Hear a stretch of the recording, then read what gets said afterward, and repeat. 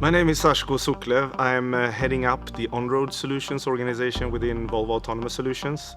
We have taken a strategic decision at Volvo Autonomous Solutions to initially offer this new technology as a transport as a service.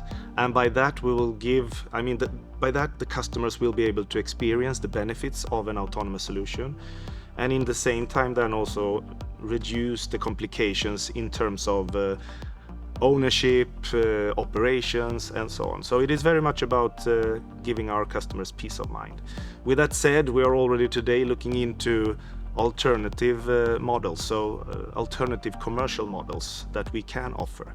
So we want to offer a capability to be able to utilize an autonomous transport solution and integrate it into our customers' processes and their value chains.